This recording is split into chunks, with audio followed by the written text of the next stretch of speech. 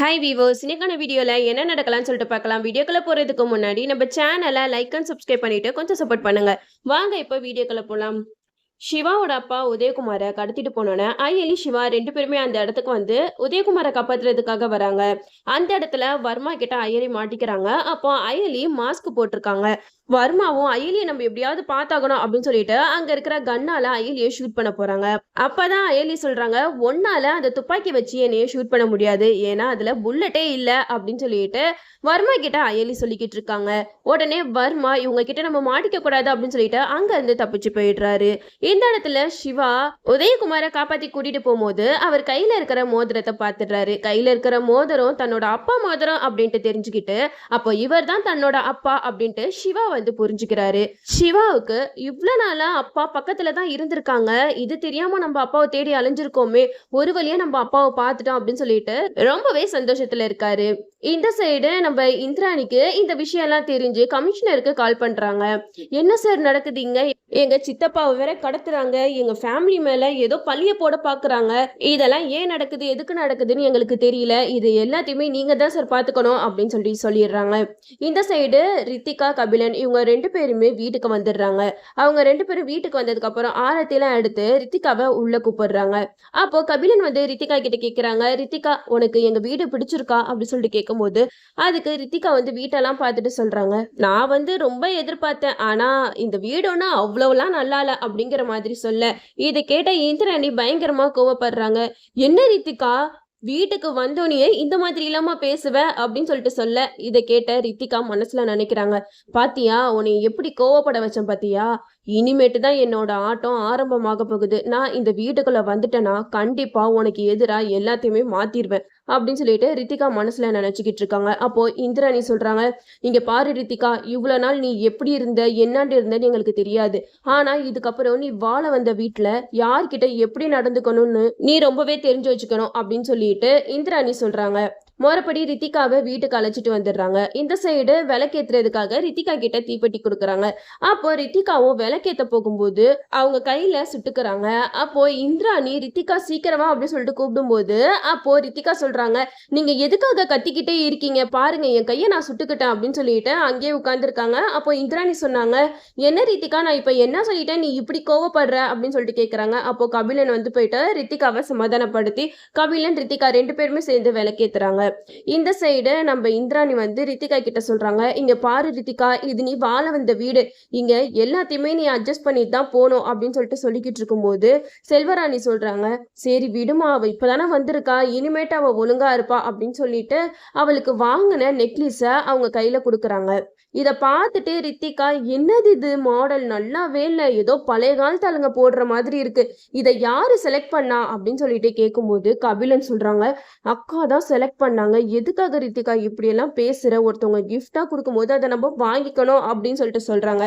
இதை கேட்ட ரித்திகா சொல்றாங்க, கபிலன் நான் இன்னும் ஒன்ன மாதிரி கிடையாது, உங்க அக்கா எது வாங்கி கொடுத்தாலும் உனக்கு பிடிக்காட்டினாலும் நீ அதை போட்டுட்டு திரிவ, ஆனா என்னால அந்த மாதிரி எல்லாம் இருக்க முடியாது, எனக்கு என்ன பிடிச்சிருக்கோ அதை தான் நான் போடுவேன் அப்படிங்கிற மாதிரி ரித்திகா சொல்றாங்க. அதுக்கு இந்திராணி சொல்றாங்க, ரித்திகா நீ ரொம்ப ஓவரா வாய் பேசிக்கிட்டு இருக்க, ஒருத்தவங்க அன்பளிப்பா எதை கொடுத்தாலும் அதை மனசார நீ ஏத்துக்கணும், ஆனா நீ இப்படியெல்லாம் பேசிக்கிட்டு இருக்க அப்படின்னு சொல்லும் போது செல்வராணி வந்து சொல்றாங்க, இங்க பாரு ரித்திகா, எங்க எல்லாத்துக்குமே இந்திராணி தான் எல்லாமே செலக்ட் பண்ணுவா, அவ எது நல்லது எது கெட்டது யாருக்கு எது நல்லா இருக்கும் அப்படின்னு சொல்லிட்டு பார்த்து பார்த்து செய்வா, நீ எந்த ஒரு குறையுமே சொல்லக்கூடாது, நாங்க எப்படி வாழ்ந்துகிட்டு இருக்கோமோ அதே மாதிரி தான் நீயும் வாழ்ந்துகிட்டு இருக்கணும் அப்படிங்கிற மாதிரி சொல்றாங்க.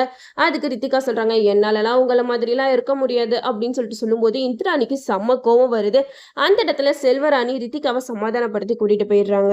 இந்த சைடு ரித்திகா வந்து ரொம்பவே திமிர்த்தனம் பண்ணிக்கிட்டு இருக்காங்க. ஹால்ல உதயகுமார் இருக்கும் போதே அவர் முன்னாடி சோஃபால உட்கார்ந்து காலுக்கு மேல கால் போட்டு உட்கார்றாங்க. இது இந்திராணிக்கு சுத்தமா பிடிக்கவே இல்லை. என்ன ரித்திகா, மாமா உட்கார்ந்துருக்காரு, அவர் முன்னாடி நீ இப்படி கால் மேல கால் போட்டு உட்காரலாமா அப்படிங்கிற மாதிரி கேட்க அதுக்கு ரித்திகா சொல்றாங்க, நான் எங்க அப்பா முன்னாடி இப்படிதான் உட்காருவேன், அது என்ன மாமா முன்னாடி இப்படி உட்காரக்கூடாதா அப்படின்னு சொல்லிட்டு திமிரா பேசுறாங்க. அங்க இருக்கிற ரிமோட்டை எடுத்து டிவியை ரொம்பவே சவுண்ட் வச்சு கேட்டுட்டு இருக்காங்க. இது இந்திராணிக்கு பயங்கரமா இரிட்டேட் ஆகுது. உள்ளக்க போயிட்டு செல்வராணி கூப்பிடுறாங்க, சித்தி கொஞ்சம் இங்க வந்து பாருங்க, ரித்திகா பண்றதெல்லாம் செம்ம கடுப்பாகுது அப்படிங்கிற மாதிரி காட்டுறாங்க. அப்ப இதெல்லாம் பார்த்துட்டு செல்வராணி சொல்றாங்க, என்னம்மா ரித்திகா எதுக்காக இப்படி எல்லாம் பண்ணிக்கிட்டு இருக்க அப்படின்னு சொல்லிட்டு கேட்கும்போது இந்திராணி சொல்றாங்க, நல்லா கேளுங்க சித்தி, நம்மளாம் இங்க வேலை பார்த்துக்கிட்டு இருக்கோம், இவன் என்னன்னா பெரிய மகாராணி மாதிரி உட்காந்து டிவியை பார்த்துக்கிட்டு இருக்கா அப்படிங்கிற மாதிரி சொல்றாங்க. இதெல்லாம் கேட்ட ரித்திகாக்கு செம்ம கோவம் வருது.